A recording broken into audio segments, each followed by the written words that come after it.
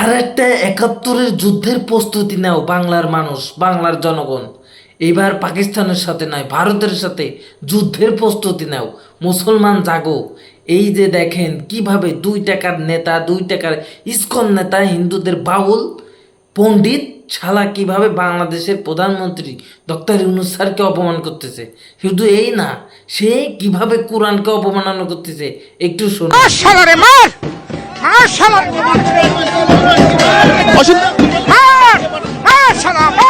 বারে বারে কোরআনের মধ্যে এমন এমন জিনিস ঢুকানো হয়েছে, বাচ্চাদের শেখানো হচ্ছে, হে মুসলমানগণ, অমুসলমানদের যেখানে পাইবে সেখানে বন্দী করিবে, নির্মম ভাবে হত্যা করিবে। কোরআনে লেখা, আমার কাছে আছে কোরআন, ওরা চ্যালেঞ্জ করুক, আমার কাছে কোরআন আছে, তাজের কোরআন। ওই কোরআন পাওয়া যায় না গরু না খেলে। জাগো মুসলমান জাগো, বাংলার মুসলমান জাগো।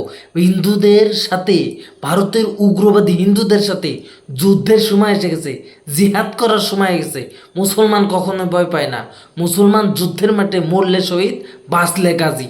ভারতের উগ্রবাদীদের সবক শেখানো, কঠিন শিক্ষা দেওয়ার সময় এসে গেছে। প্রস্তুতি নাও বাংলাদেশের মানুষ, প্রস্তুতি নাও ভারতের সাথে, উগ্রবাদীদের সাথে যুদ্ধ করার জন্য।